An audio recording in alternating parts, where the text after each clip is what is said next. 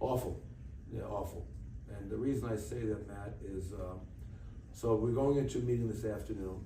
And, the good thing about me is that I'm not on social media. I'm not aware of what's going on outside these walls sometimes. I've had an office with no windows for 10 years and probably taken off 6 years of my life. And I go into the meeting and the coaches say, "You hear about Mike Brown?" I said, "Why? What happened?" They said he got fired. And at first I was really shocked and surprised. Then I caught myself. So why am I shocked and surprised? For two reasons. One, because as an NBA head coach, ultimately you're going to get the blame. When they win, it's going to go to Sabonis and Fox. When you lose, it's going to go to Mike Brown. That's the way it works. And two, who he works for. So I'm not surprised that Mike Brown got fired, because I got fired by the same person. And what really pissed me off about it was the fact that they lost last night, 5th game in a row, I believe. Tough loss, fouling a jump shooter. They had practice this morning. He does his post-game media, and he's in his car going to the airport to fly to LA, and they call him on the phone. No class, no balls. That's what I'll say about that. Thanks, everybody.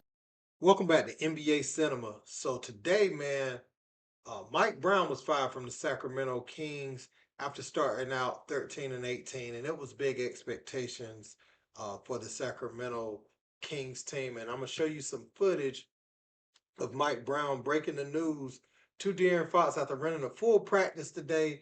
What he said about Fox after last night's loss on that 4-point play where Fox closed out on Jaden Ivey and made contact with him. He nailed the three, lose by 1 point at home. Heartbreaking loss, and it was a self-inflicted loss. And you got all of the news around De'Aaron Fox, him being linked to Miami with his relationship with Bam Adebayo, and also his future with the team. He's betting on himself. He didn't sign an extension, so there's that. So you have the Kings looking at a lot of options and a lot of narratives and storylines surrounding the team. We're going to get into this, though, guys. He's got 3 threes this quarter. Ivy looking for a foul. Bailed out and one. Wow. We are. Tough loss that, at worst, should have gone into overtime. At worst. Because there shouldn't have been a closeout to any. There shouldn't have been a closeout to any three-point shooter.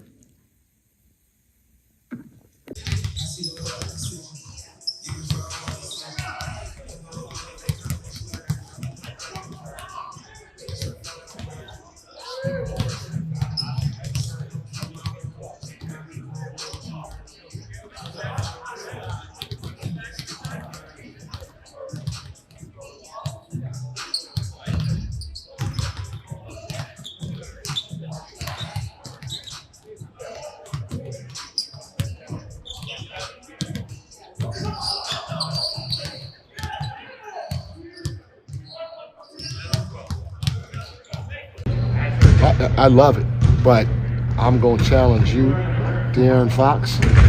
You got to figure out how to get to that level without having somebody piss you off, because you're a great player, and great players get to that level on their own, whether it's finding somebody to piss them off or finding something else. Maybe there's a 5-year-old kid that has an opponent's jersey on and not yours. That should piss you off.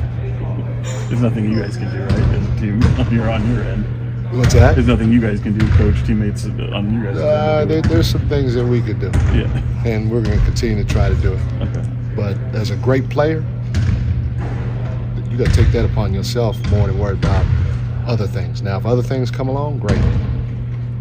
Yeah. But you got to figure that out. When you Like Mike Brown for De'Aaron Fox, Sabonis, and those guys when he led them, against the Golden State Warriors that first year of those 7 games, where he was coaching them. And I thought this team had a lot of potential, but for some reason, they're just not performing up to par.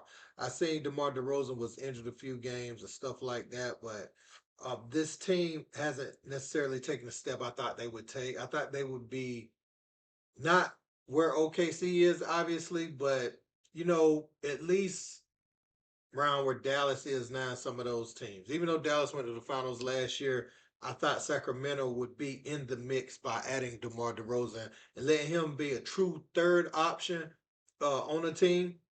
But for whatever reason, it hasn't worked out. And These types of things happen, you know, in the NBA when you aren't winning, and the uncertainty of De'Aaron Fox. I wonder, are they looking to just go a whole different direction, start tanking, getting rid of these pieces, and really starting over and building from the draft?